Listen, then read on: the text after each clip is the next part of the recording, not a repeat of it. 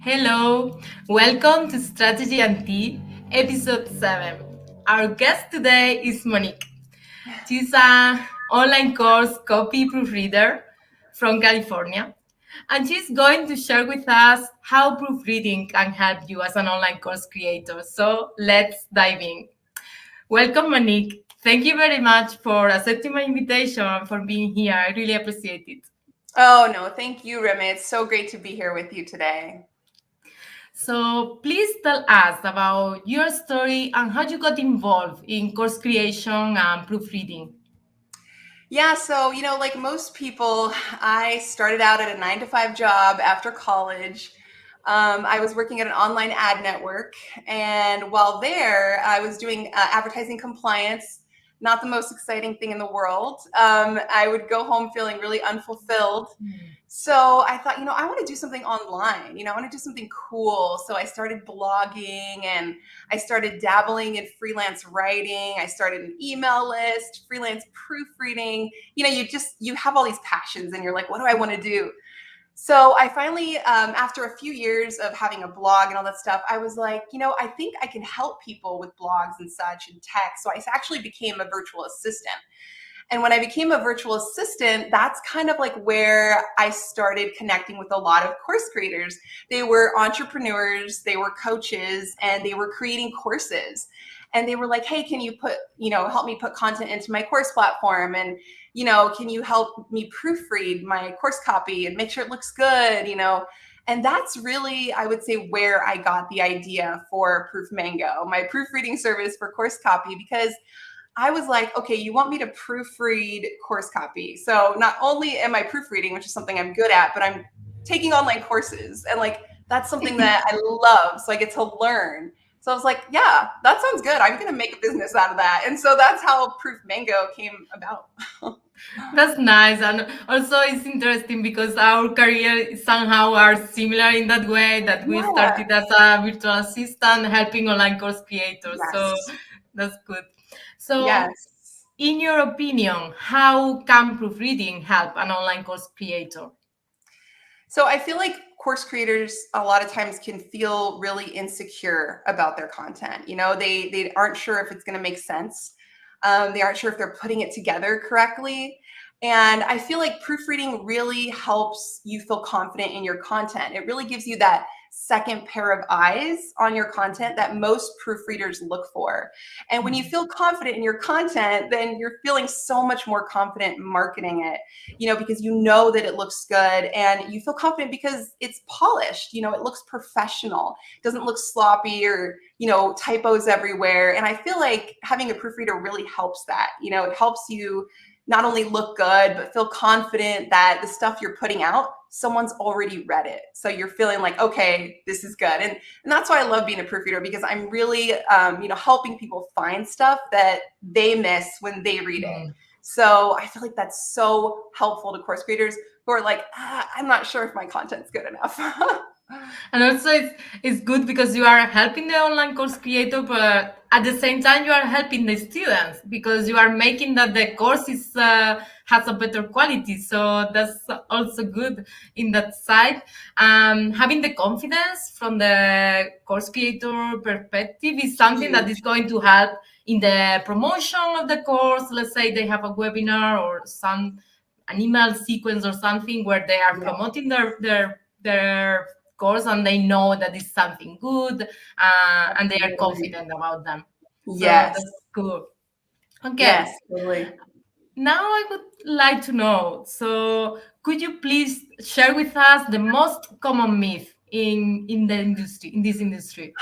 Sometimes I feel like a big myth in the course creator world is that marketing and sales is like the most important thing. I feel like online courses are just wrapped up in make passive income, and then people just get really overwhelmed by all that. And a lot of people aren't marketers.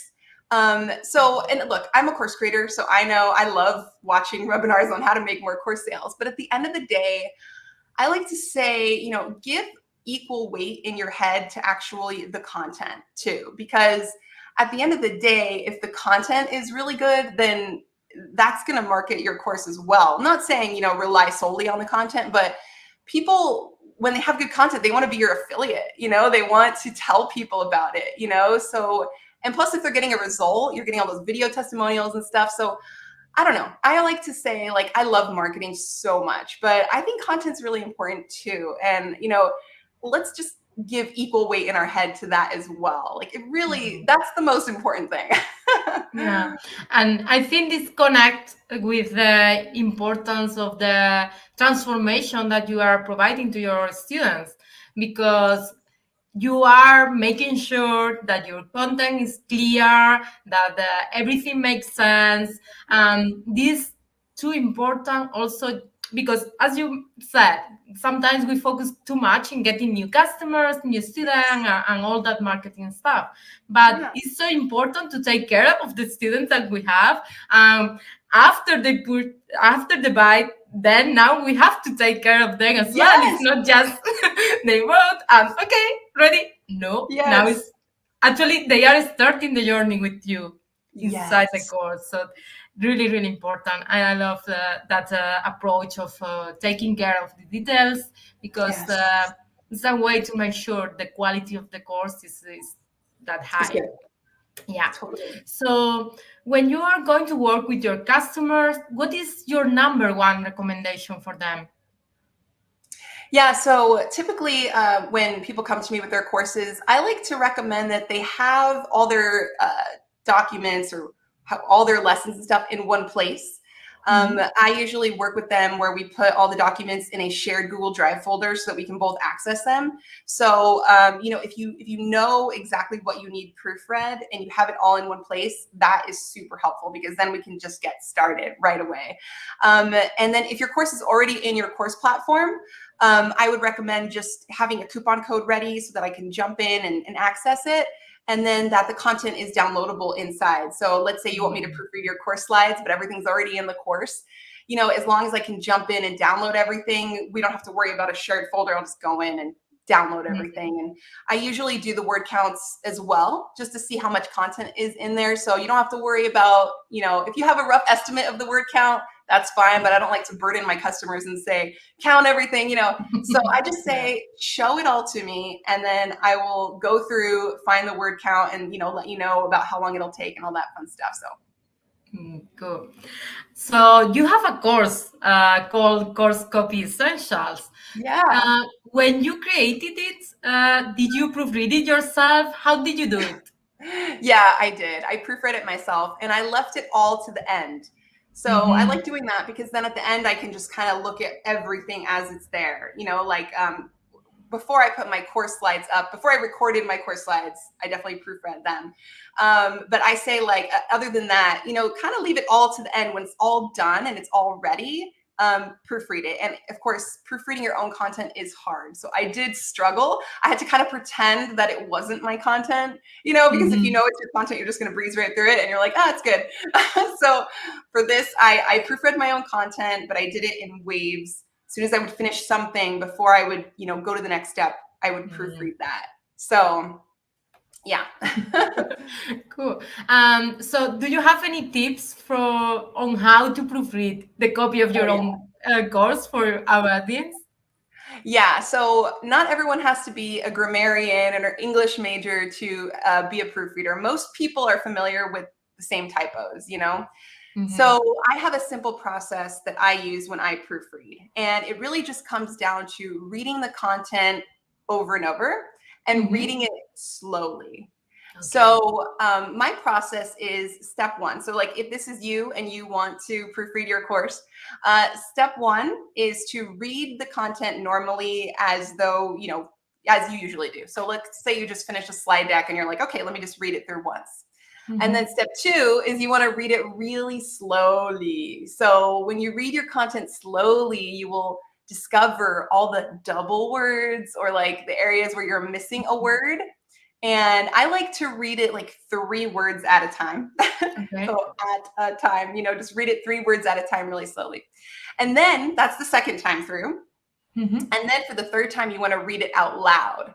And when you read your content out loud, not only will you find typos, but you'll discover areas that it's not so conversational. Maybe it's a little bit burdensome to read. I love reading stuff out loud, and you can have fun with it too. You can pretend that, you're a news broadcaster or something. Sometimes I use different characters from Harry Potter, whatever.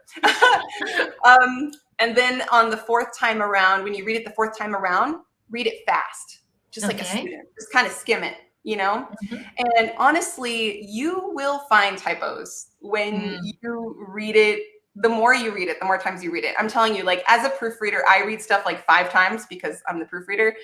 But like, sometimes I'll find a typo after like the 5th time. And I'm like, really? I read this 4 times and there's still a typo. Like, you have to read slowly. It's really insane. But yeah, that's like the process, I would say. If you were like, oh, I don't want to hire a proofreader, but I just want to give this a good through. Just remember, read it slowly and read it again. This is something that just came to my mind. Like, what is usually the most common mistake that you find, like, after several times, and then here it is this kind of mistake? Usually, what is that? Usually, it's missing words. Like, you were going to say the cat went to the supermarket. You would say, like, the cat went to supermarket. Like, the small ones, like I want a popsicle. It'd be like, I want popsicle or something. It's always those little words that are missing. And those are the ones that I find after the 5th, because you just read so fast and you miss those words. But unfortunately, your students will catch those words, right? They're the ones that are going to be like, oh, I noticed, like, this doesn't make sense. And you don't want to, like, disrupt the learning journey, right? You want them to just learn. You don't want them to be like, wait, what? This is missing a word. And I would say missing words is one of the biggest things that I find, in addition to a million other things. But missing words is a big one. And I would like you to explain a bit else about what is inside the proofreading that you offer, in the sense of what kind of mistake you are going to look for, and what is usually what you missing words could be coherence. What else could be? Yeah, so there's a lot of different types of editing, so it can get really confusing. There's like copy editing, developmental editing, but proofreading is more of a surface level editing. It catches the grammar errors, the typos, the punctuation errors. Also, it checks for consistency in the capitalization, in the fonts, in the font color. Like, oh, if you bolded it here, did you bold it there? If we capitalize it here, did we capitalize it there? So, and then also I look for format, kind of like alignment. So like spacing and making sure that the margins, and if you add an image to somewhere, is that going to mess up the content? So it's all around that. So that's basic general proofreading. But what I like to do is I also like to look for word usage, if it's the right word.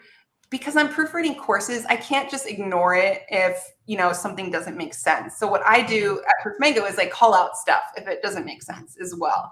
So I do the surface level proofreading, but I also am going to say, hey, did you mean this? Or, how did you mean here? Because I don't want the students to get confused. Like, that's my main thing. Like, I care about course creators, but I also care about the students. I don't want them to get confused. So those are kind of the things that I look for when proofreading. And something funny is how our brain is prepared for fixing that mistake. So you have to fight your own brain when you are proofreading somehow. Yeah, totally. Yeah, you do. Yeah, and it's like, it sucks though too, because like you just don't, if it's your own content, you don't even see it. Yeah. One question about this is, do you think that this is a service that is also recommended for beginners, online course creators, or should be someone that is already in the business for a while? I think both, but I also think beginners need it more. I think beginners would need it more because it's their first course. They want to make sure it's good and they want to give off a good impression. Sometimes people who already have their courses out and they're already making good money, they could care less if there's a typo in there, and they're not going to like redo anything in their course if it's already working. But there are some people who do. But for the most part, my customers so far have been, they're putting their course together. They may not be in a beginner course creator, but they're putting it all together. And I think that's a good time to get proofreading. So not really do I see many people coming to me where like they've already had it, you know, or maybe if they're creating a new course, but people who they already have it, they're not worried about it. But there could be some people who are concerned after the fact, you know. Actually, my first client was someone who his course was already done and he got an email from someone who was complaining about typos, and he had me proofread it afterward. So that was one case. Okay, that's interesting. Yeah, because usually when is the stage that you recommend someone to start doing the proofreading, because it's before recording, I guess, because you don't want to record. But do you proofread also the workbooks or the slides, or what kind of content do you proofread? Yeah, so I proofread anything that's course related. So slide decks, transcripts, video scripts, content within the platform, even your course sales page and your course launch emails.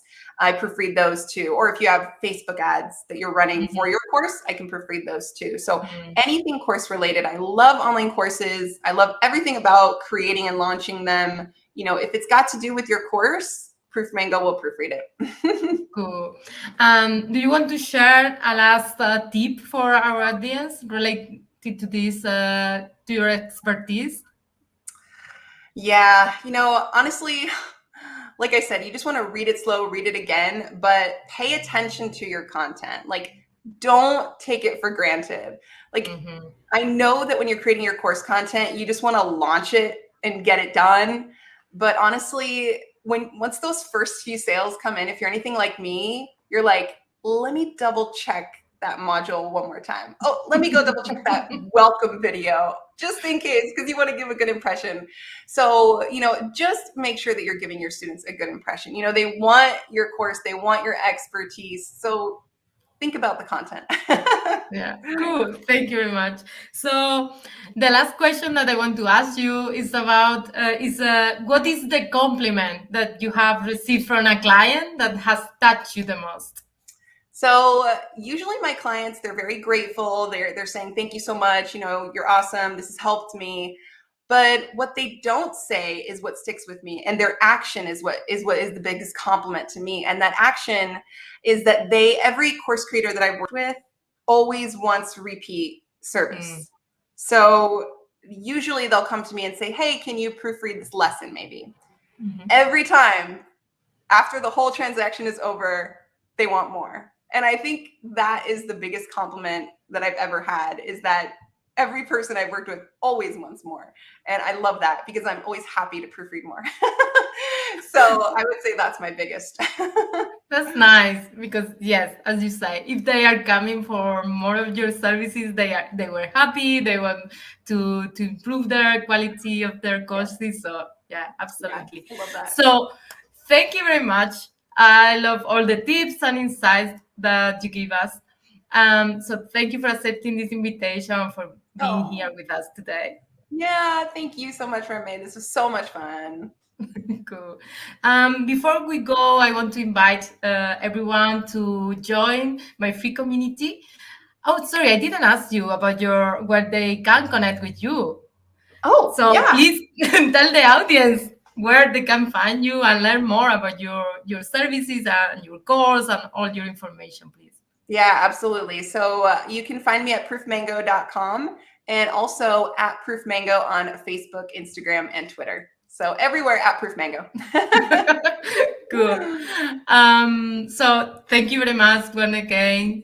I love this conversation and having this talk about proofreading, and it's something that I have learned a lot since I was not really into this expertise. So I love to have this conversation with you. Thank you very much. Thank you so much. Thank you. I loved it. So, as I was mentioning before, when I forget to ask you about your connections, so I want to invite the people to my free community that is called the Online Course Creator Circle, where we help them with accountability, strategy, and feedback. So they could go to rememancera.com/community. And that's for today. Thank you very much, everyone, for watching us, and see you soon. Bye. Bye.